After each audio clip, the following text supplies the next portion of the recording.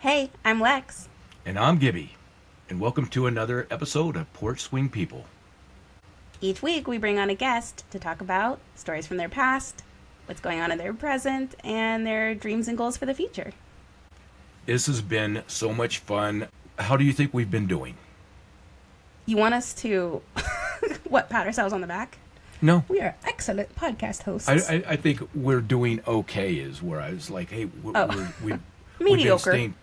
We've been mediocre. We've been staying true to the motto of what we started out is positive, everyday stories of our guests. And we got a special guest today.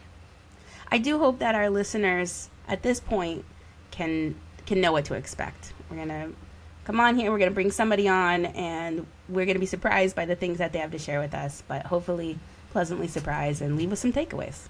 It's their story. Hopefully when they leave, they get to tell the story that they want to. I love that. Yes, like Ibby said, we really look forward to hearing from our guest today. His name is Robert. He's a friend of mine, but I have no idea what he has planned to share. So let's bring him on. Let's bring Robert on. Robert! Hello. Robert! Hey, thanks Welcome. for joining us. See you guys. Happy to be here. Good, very good. Robert, tell us a little about yourself. So I am a teacher. I was an elementary school teacher, and I'm teaching middle school, so that's been a fun change of experience. Mm-hmm. I used to live down in California, but moved up to the Pacific Northwest almost a decade ago now. It's been a little bit of a change of scenery. My wife and I, and then we had a kid just a few years ago, so that's been a big change too. It's just life is full of adventures. Full of changes. Yeah. Robert, tell us a little about your transition to middle school.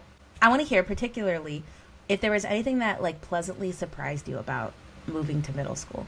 Oh, definitely. The whole move was not really what I'd planned. I'd always thought that elementary was my spot and where I was going to stay, and I was happy there. Other than in elementary, you're teaching all the subjects every day, and it was hard to accept that I couldn't excel in all of those. When I first started teaching, I really loved my core teaching team, and one of them had moved on to middle school, and he'd been really enjoying middle school, and so I decided, well, let me go ahead and open my experiences and try at least taking a look at some new things. And so I talked with him, and he said, oh, there's a science position that's opening. The science team here is absolutely fantastic. The school's wonderful. I think you'd be a perfect fit.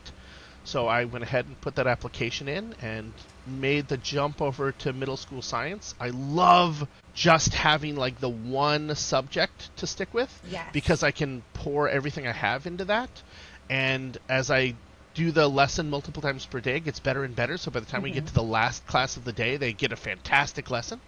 Lucky kids. Yeah, Lucky try kids. to switch it up so that the first class of the day gets some of the focus now and again too. Yeah.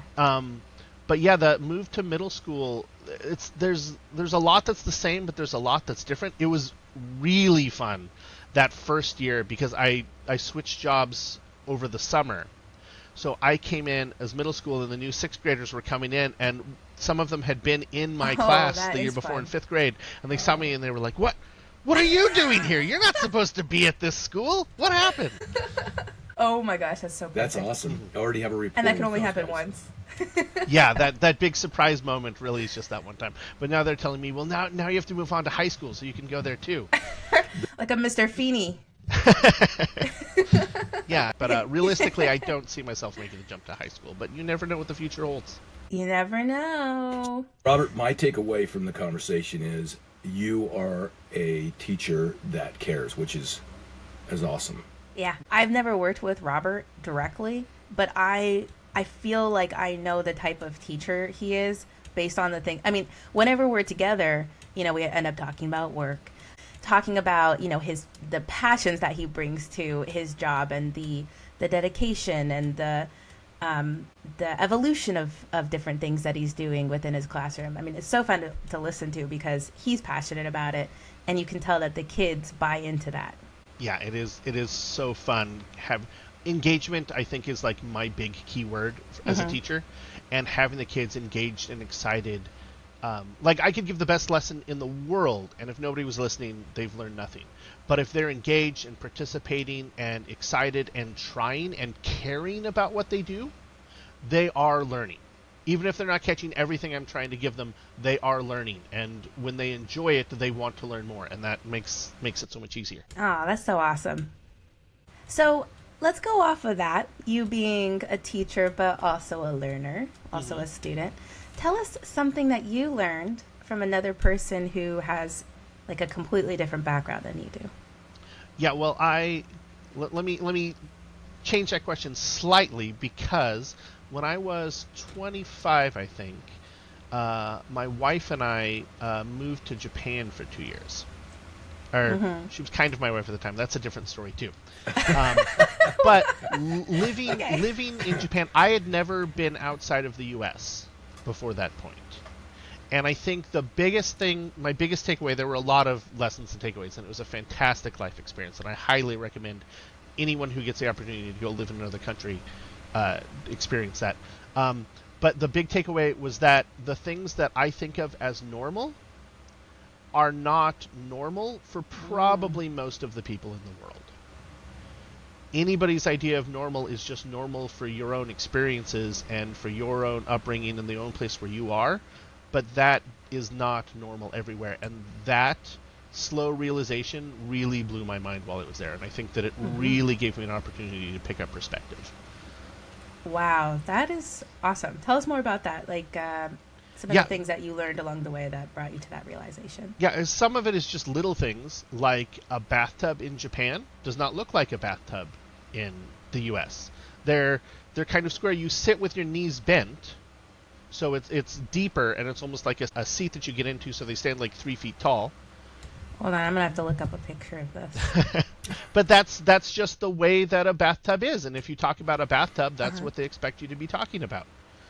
The work expectations, principals in Japan at schools, every couple, I don't know the exact interval, but every few years, they get moved to a different school to be a different principal, which means that they're going to move where they live. They're going to go live in a new city and be a principal in a new place, and then they'll be moved again, because it's important that they don't just stagnate in one area. They need to bring and share those experiences as they go, and that's the way it is, and thinking about not doing that is unusual. That's so interesting, because in the U.S., we think of that as high admin turnover. Yeah, yeah, a very different thing. And I mean, there's pros and cons to both sides of the coin, but it's just seeing that that's the way things are, and that's just what's expected. I mean, the simple little expectation of you always take your shoes off when indoors, and it would be absolutely ridiculous to not do so. I worked at a preschool while I was over there, which was a lot of fun. And the kids were sent there. It was an international preschool, which means that the kids were sent there to learn English, which was good, because English was definitely the language that I spoke. Yeah. Interactions with the kids and the expectations there taught me a lot, but also my coworker was from Germany. There were times where we were teaching English and we were like teaching the foreign experience, and he and I would have very different opinions on how things were, because even though we were both teaching kind of the same thing, we had different experiences, and it didn't mean the same to us. Like the cultural context, but The cultural context, but sometimes just words like an eggplant versus an aubergine. Oh, okay. Yeah. Yeah, and just that I could never take for granted that, oh yeah, this is just the way things are. My wife was part of a program called the JET program, which brings people from around the world over to teach English. There were people from New Zealand, from England, from Australia, and so realizing that, oh, even though we're all speaking English, the different cultural changes just between us, who were all supposed to kind of represent the same group. It was just such a big thing to realize that there is no normal. It's just, this is my experience. This is what I've seen. This is what it's caused me to think and feel. Not, this is the way it is. The classroom setting, though, for the most part, though, it was just like how you teach here in the United States? It was similar. Now, I was teaching preschool over there, which is definitely a different beast. There were so many wonderful moments. Just a side story, but I just love it. They would do a Christmas show, which was interesting because Christmas is a really weird holiday in Japan. because it doesn't really have the religious connotation, because there's not a lot of Christianity in Japan. So it's a lot of the like Coca-Cola Santa Claus marketing stuff. The big Christmas dinner is, of course, KFC. Yeah. Because Of KFC course. did some fantastic marketing a number of years ago, and somehow turned the idea of like a turkey style dinner into KFC for Christmas, and they were very surprised to hear that in America we don't do KFC for Christmas, because they're literally like for weeks before Christmas the line to get into KFC wraps around the block, everybody trying to get their pre-orders in so that they have their meal ready for Christmas Day. Wow. Nowadays, they could just use the app. Yeah. So we were doing a Christmas show, so the families come in, and one of the big parts is all of the kids memorized a book in English, so that they all got their turn on stage where they would go and they would recite the book that they knew in English. And that's really difficult for the younger kids who don't even necessarily understand all of the words that they're saying.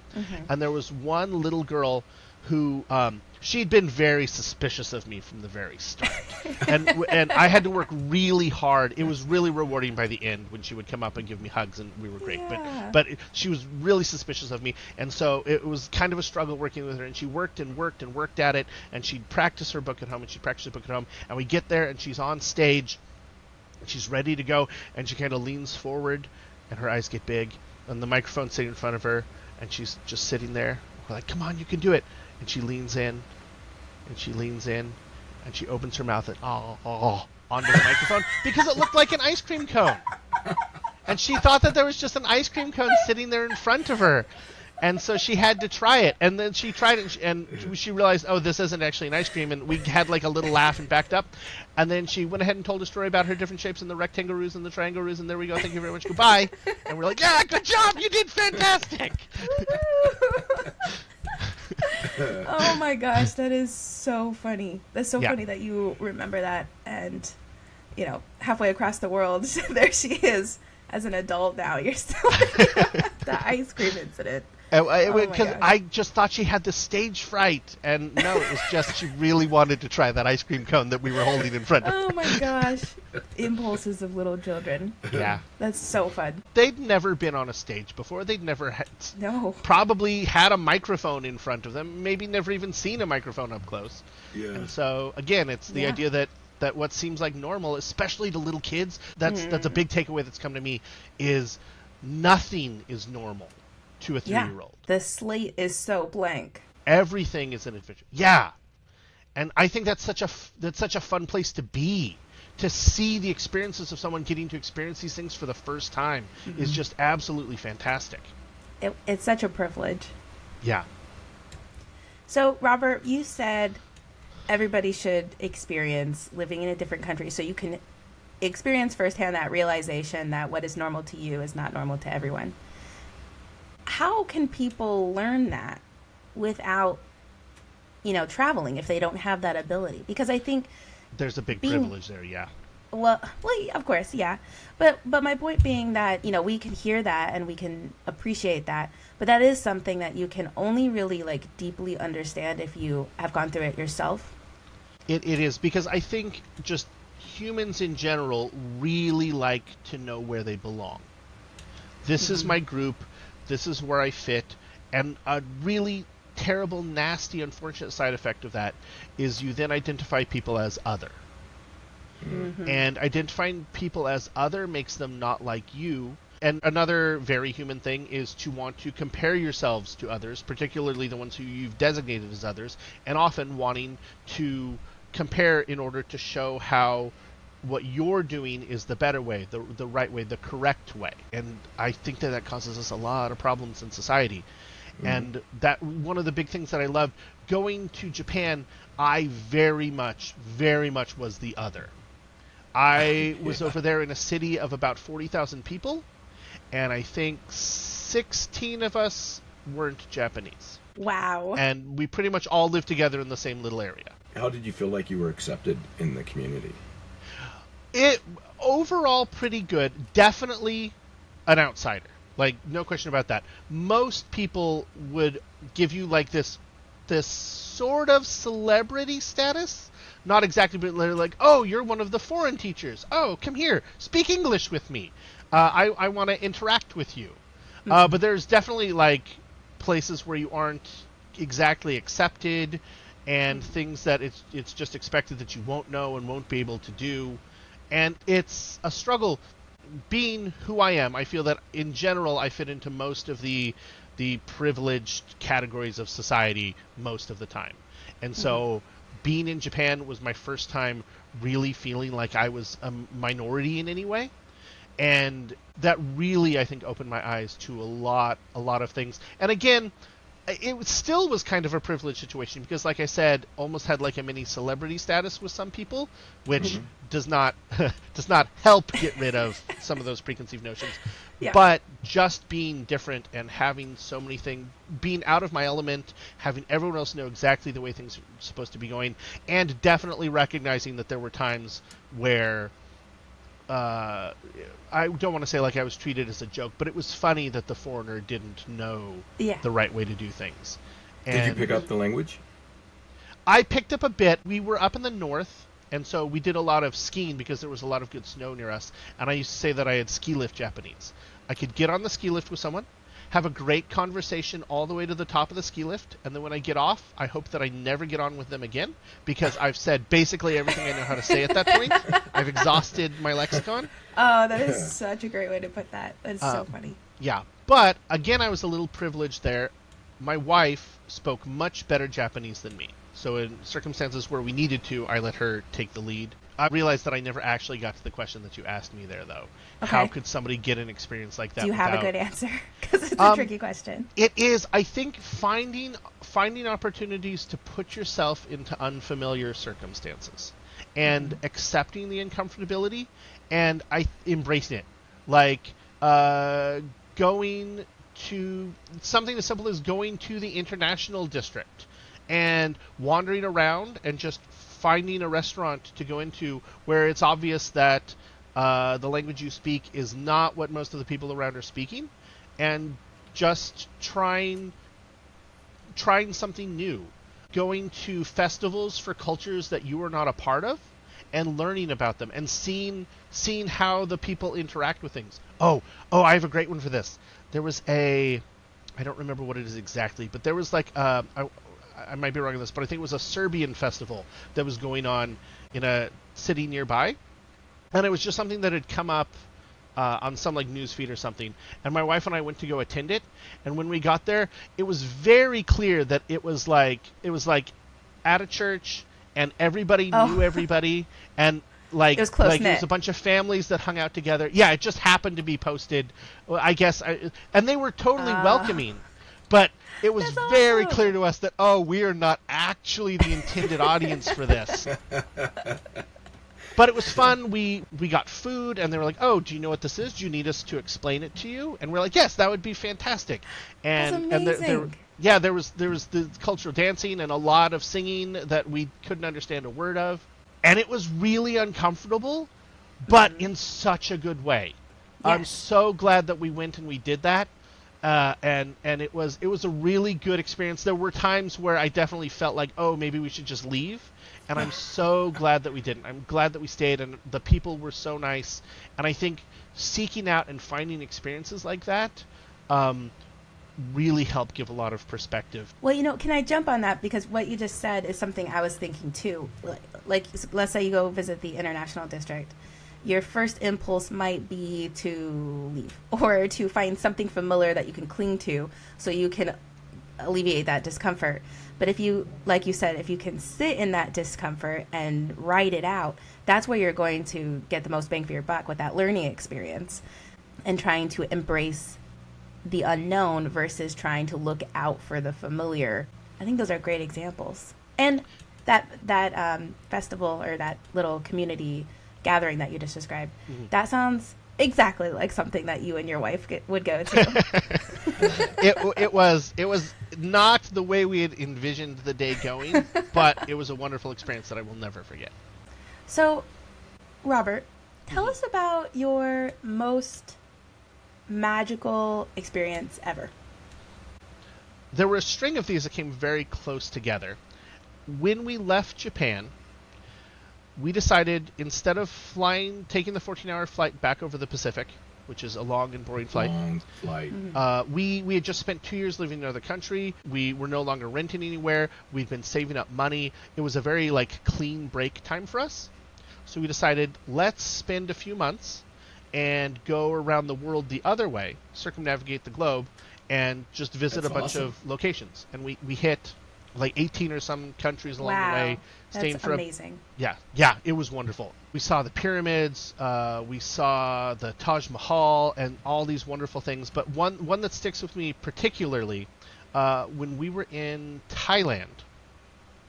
And this there's definitely a non-magical portion of the trip here, because we decided that when we're in Thailand, decided is not the right word, but we took turns being sick. So I would have a night where I had a terrible sore throat and couldn't go out, and my wife was fine, and then the next night she would have the terrible sore throat and couldn't go out. But we finally got past that, and we'd worked our way slowly north the whole time we'd been doing that. So we're up in Chiang Mai, one of the northern places, and it was New Year's Eve, and we're like, oh, this is the first night where we're both feeling well. And it's New Year's Eve, and I don't know what people do here, but there must be something going on. Let's go see. And so we made our way around, and it turns out that the big thing to do there is the floating lanterns, which, if you've seen Tangled, you know how that goes. It's like a paper tube with a little candle down on the bottom, and you light the candle, which gets it to rise up into the air and float away. And there were at least tens of thousands, if not hundreds of thousands, of candles just floating up into the sky and sailing away. And it just looked so incredible. And coming from Southern California, where the idea of doing something like that would have been, just having the idea would have been a crime, because you would have started wildfires everywhere. Being somewhere where it's literal rainforest all around you, where it's not gonna cause that issue. Just getting to see that, it was like the sky was full of 10,000 new stars that were just floating and sailing across the sky. And so we got to light ours and watch it go up, and we tried to watch as long as we could as it joined in with all of them until we no longer knew which one was ours. Just knowing that we were a part of that, and we didn't know what part of that we were. In this place where we didn't know the language, where we didn't know the customs, where we didn't know anything. It was a way where we got to just meld in and invisibly be a part, just the same as everyone else was. Definitely That magical. is incredible. It's like a perfect answer. One of the things that we did while we were there is we went on an elephant ride, which was fun because you go along. Our elephant, you can buy bananas as you go, so you can feed bananas. Our elephant obviously was a little over spoiled, I guess. He would go 3 steps and then reach back and go, banana, and then take another 3 steps and go, banana, and then we go to watch the elephant show. And the elephants are pretty cool. They paint pictures, they play soccer, and at one point they were like, do we have a volunteer? And I look across, and there's probably, 50, 60 people. Nobody has a hand up. And I'm like, oh, me, I volunteer. I don't know.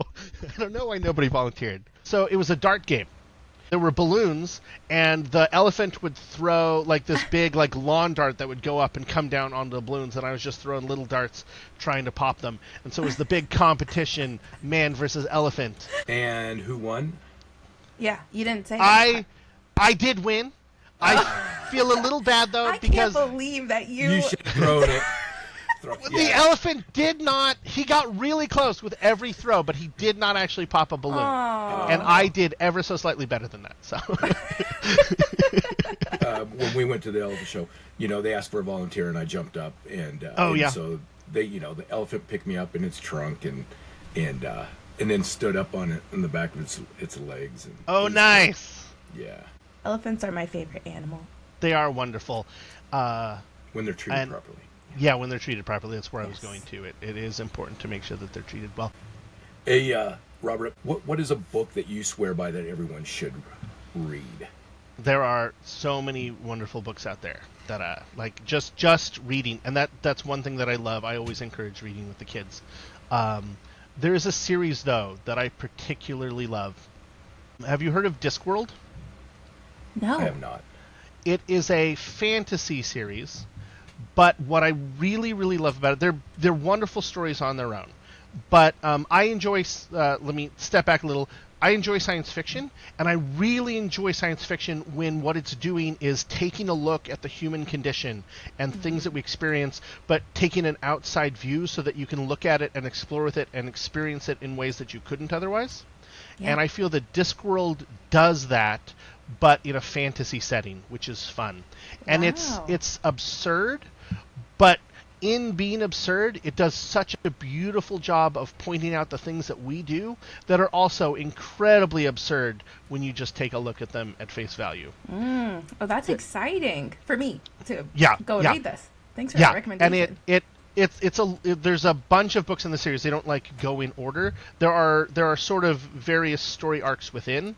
There's within the city and the city watch and things that are going on, but there's also the Wizard University and the adventures that the wizards have doing things, or there's the witches that kind of live out in the countryside and the adventures that they have. Okay. I'm seeing that there's 41 books here. So there are. How do you choose what to do? One of the great things is I feel like any single one of those is a perfectly fine jumping in point. You can find online, you can look up recommended lists of where you should come in at. And there's dozens of different plans for how you should go if you're attacking the whole series. But I think every book stands on its own. There's one part that I really like. There's a character who he's this roguish character who gets caught and roped in because the patriarch of the city is one of those people who pretty much has complete control over everything. And as Polderman has decided that he's going to be responsible for running the post office because the post office does not work in the city. They're having trouble getting things paid for, and so they come up with this idea where if you can just get these little official stickers. So they come up with the idea of stamps. But it's so cool the way that they look at things and the way that they put things together. There's a part where they're trying to track down these criminals, and they think that they're in this warehouse, and they're like, well, what kind of a warehouse is it? And they say, well, that's where they store the pork futures. The pork futures?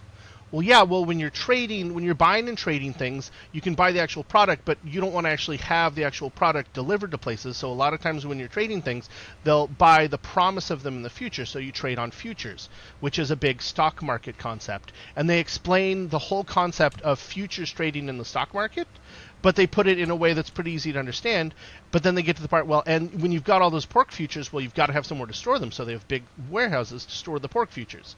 So there's nothing in there? Well, no, there's not something there, but that is for the pork futures. That's where they keep them. That makes so much sense. That's genius. Yeah, and it's satires Hollywood. There's one that I really love. I believe the book is called Django. It's on jingoism. It's the whole nationality and why our country is greater than other country. And they take a look at real world reasons for war and things like this.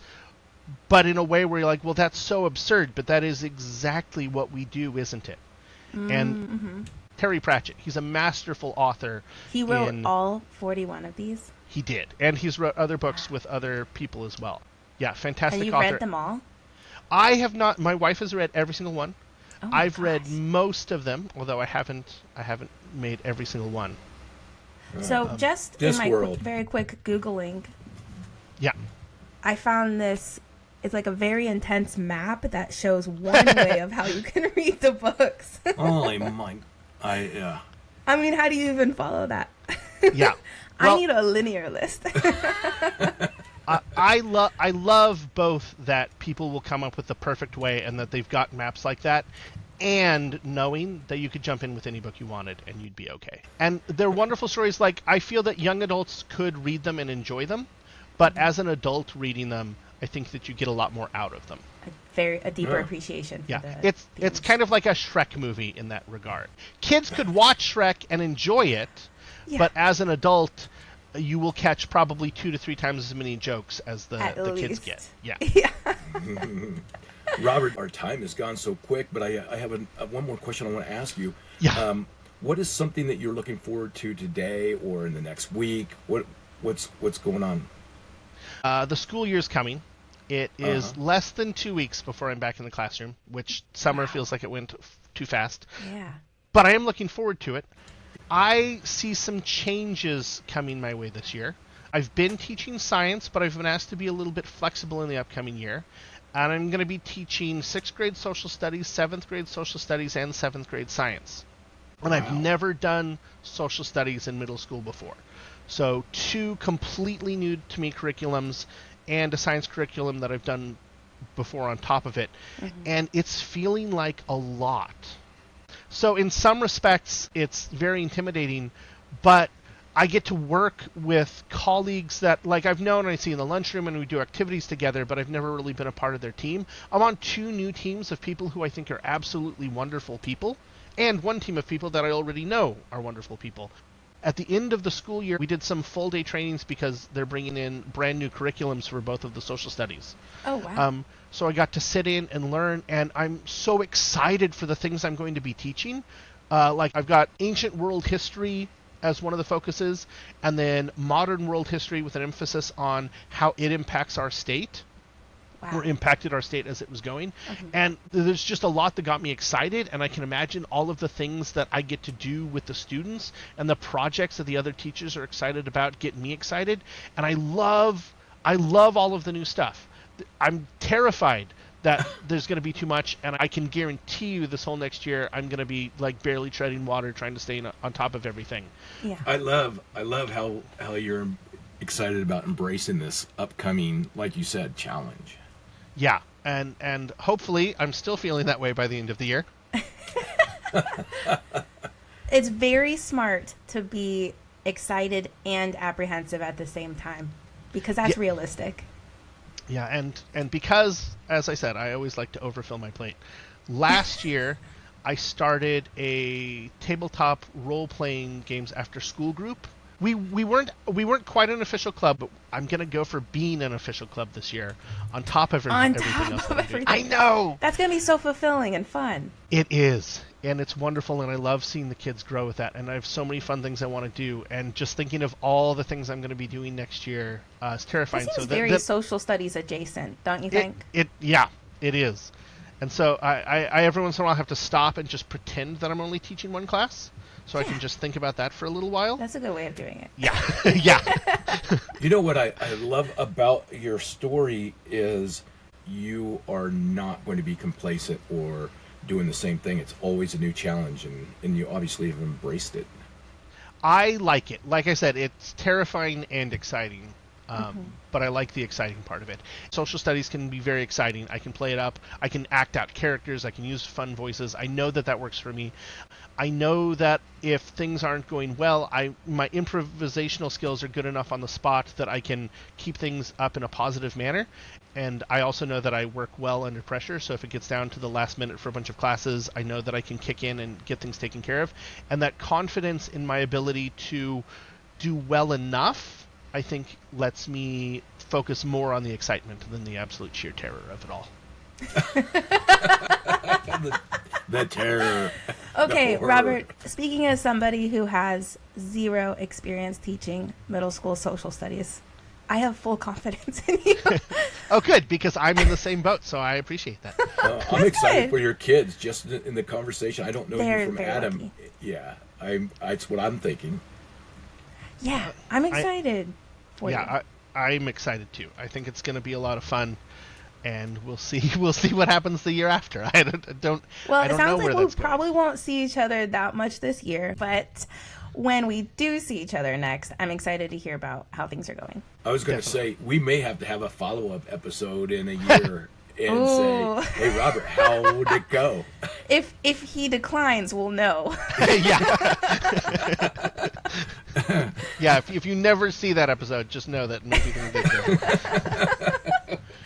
Well, Robert, thanks so much for your time today. We loved hearing your stories and the lessons and takeaways that you have gotten from those stories. So thanks for sharing them on our podcast and being such a fun person to talk to.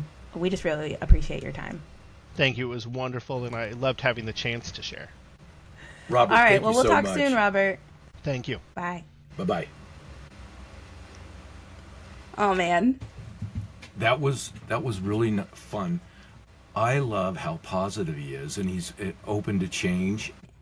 Robert, you can tell, is super smart and super reflective. I mean, I feel like every time I hang out with Robert and his wife, my wife and I, we leave and we're like, we're average people. They're smart people, and we always learn things hanging out with them. And well, let me just jump in and say, do you remember when I said that Serbian festival that you went to? That sounds like exactly like something you guys would go to. I said that because before either of us had kids, we would hang out. We would meet up to play games. We would meet up to go hiking. But they also invited us to the most random stuff, and most of the time, schedule permitting, we would say yes. So we, the four of us, went to some super random things together and just had tons of fun in all these different types of environments and learning experiences and things that my wife and I probably wouldn't have gone out and done on our own, because we like, like you said, we like what we like, and it's hard to break out of your shell. And so those were fun times back when we had little obligations besides, work. Yeah, you obviously met Robert in the school system. I told you how I met Robert. Remember? At a conference. First day back to school conference. Yeah. It was my first day at the district. We had just moved here. Yep. And so I didn't know, it was all elementary teachers in this gymnasium, but I didn't know where my school was, so I didn't know where my school's teachers were to go sit with them. So I just took a random empty seat, because by the time I got to the gymnasium, it was full. And it was about to start, and I just found a seat on the end of a row, and I was sitting next to Robert. Excellent. Probably nothing would have come from that, except that our keynote speaker had us do this task where we would ask the person a question, and the question was given to us, and then the listener had to just listen for 2 straight minutes, nodding and smiling, but we could not say anything back. We just had to listen. So we did that a couple back and forths, and we got to know each other. And then by the end of the conference day, we exchanged numbers, and we met up for a hike after that. And then we started hanging out. That's awesome. Isn't that so interesting? Mm-hmm. By chance. Let's each have one takeaway that really resonated with us. I think mine was when he was in all the other countries, the self-awareness of, hey, we're guest here, and this is their normal. The discussion of the concept of what's normal, I thought, was really interesting. What's normal to us is not normal to our neighbors down the street. And we have to get out of that mindset that ours is the default. Yeah, you're absolutely right. I think my takeaway, and I didn't really say much at the time because I was kind of speechless in the way that he presented this, was that New Year's Eve with the candles and in Thailand, and the way that he said, like, we're not from here. We just kind of stumbled upon this because we're not sick anymore, and here we are with all these people, and got to be part of this experience. And you watch him start as individual lanterns, and then it grows to be one big thing. I mean, what a visual representation really an honor of humanity. Be able to be part of it. Yeah, that's way cool. Aren't they the best? I mean, you didn't even meet his wife yet. We'll have to have her on the pod sometime, but they're totally awesome people. Yeah, as always, anybody that you're having, and even people that I invite, I don't know how it's going to turn out, or what to expect, and so I always like, this should be fun. This was a huge, pleasant surprise. I mean, I think that's the best part, is even if we know these guests really well, we don't know the stories or the lessons that they're going to bring onto the podcast, and it's always a fun surprise. He was so comfortable the whole time. I know. And he didn't think he was. I know. Yeah, that's. I mean, that's what his confidence, and like I said earlier, he's just like a really smart person. Anyway, that concludes another episode of Porch Swing People. Porch Swing People out. Porch Swing People is recorded and produced by Lex and Gibby. Opening music was written and produced by Michael Gibson. Porch Swing People is a podcast featuring everyday people. If interested in being a guest, email us at porchswingpeeps@gmail.com.